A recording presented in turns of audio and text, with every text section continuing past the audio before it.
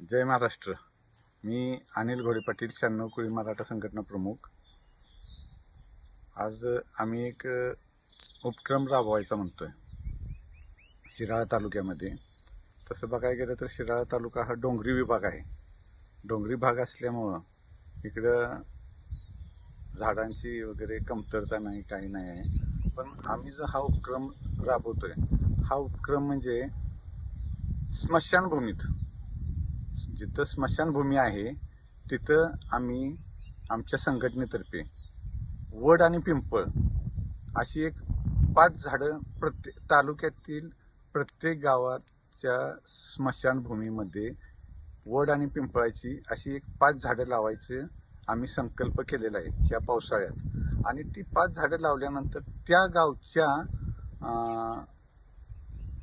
ज्यांना म्हणजे ती झाडं ज्यांना जगवायची आहेत त्यांनी ती झाडं दत्तक घ्यायचीत। आम्ही संघटनेतर्फे आमच्या ती 5 झाडं स्मशानभूमीत लावणार, पण त्या गावच्या युवकांनी ज्यांना आवड आहे त्यांनी ती 5 झाडं दत्तक घेऊन ती झाडं त्यांनी जगवायची आहेत। कारण का, आज प्रत्येक ठिकाणी जर बघायला गेलं तर सगळीकडे झाडं झुडपं आपल्या तालुक्यात सगळीकडे झाडं वगैरे आहेत, पण स्मशानभूमीजवळ गेलं का नाही तर झाडं नसतात। कारण कावळं, चिमण्या वगैरे ही यांना बसायला जागा नसल्यामुळं त्यावेळी माणूस मेल्यानंतर जो काय तिथल्या मातीला वगैरे आलेले असतात, हे जी लोक आलेले असतात ते सगळं उघड्या डोळ्याने बघत असतात। तर आम्ही ते सगळं बघितल्यानंतर आम्ही हा एक उपक्रम राबवायचा म्हणतोय। तालुक्यातील प्रत्येक गावाला स्मशानभूमी आहे, तर त्या प्रत्येक गावच्या स्मशानभूमीत जाऊन एक वड आणि पिंपळ अशी एक 5 झाडं लावायची, मिक्स वडाची आणि पिंपळाची अशी मिक्स 5 झाडं लावायची। आणि ती 5 झाडं लावल्यानंतर तेथील आमचे कार्यकर्ते, आमचे तेथील कार्यकर्ते वगैरे जे काही असतील, ज्यांना आवड आहे बाबा ही 5 झाडं आपण जगवायचे, तर ती झाडं आम्ही त्यांना दत्तक देणार आणि ती झाडं त्यांनी जगवून ती मोठी करायची आहेत।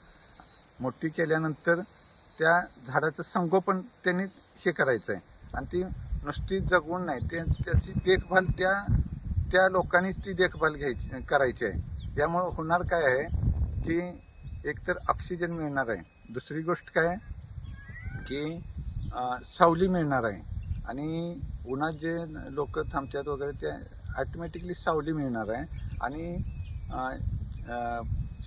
कावळं वगैरे हे आल्यामुळं ते निवड शिवणे वगैरे हे जे असते, ही प्रक्रिया जी आपल्या समाजात जी प्रक्रिया आहे, त्यामुळं त्या प्रक्रियेला वेळ लागत नाही।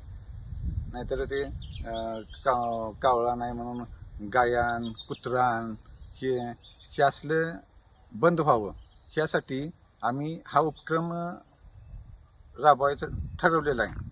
तर त्याची सुरुवात आता पाऊस नाही आहे, पाऊस आता 20 तारखेपासून 20 जुलैपासून पाऊस चालू होणार आहे। तर पाऊस चालू झाला की आम्ही ही प्रत्येक गावात जाऊन ही प्रत्येक स्मशानभूमीत एक 5-5 झाडं लावणार आहे आम्ही। तर त्या गावच्या आपल्या कार्यकर्त्यांना वगैरे सांगून त्यांना आम्ही, किंवा इतर आणि कुणाला जर ती झाडं दत्तक घ्यायची असेल त्यांनी आमच्याशी संपर्क साधावा, आणि ती झाडं त्यांना आम्ही दत्तक देणार आहे, आम्ही लावणार। फक्त ते संगोपन करून ती वाढवायची, हे करायची ती त्या गावच्या लोकांनी ते करायचं आहे।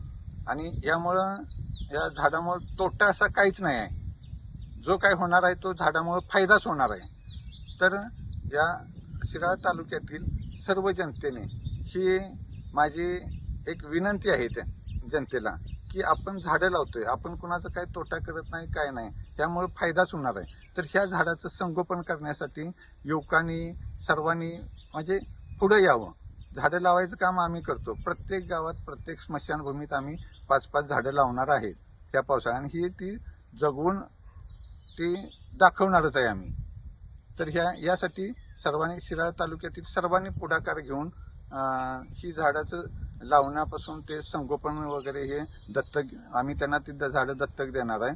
तर ती दत्तक घेण्यापर्यंत व ते संगोपन करून सर्व ती जबाबदारी त्या गावच्या लोकांना देणार आहे आम्ही। तर त्यासाठी सर्वांनी पुढे यावं, एवढे बोलतो, थांबतो। जय हिंद, जय महाराष्ट्र।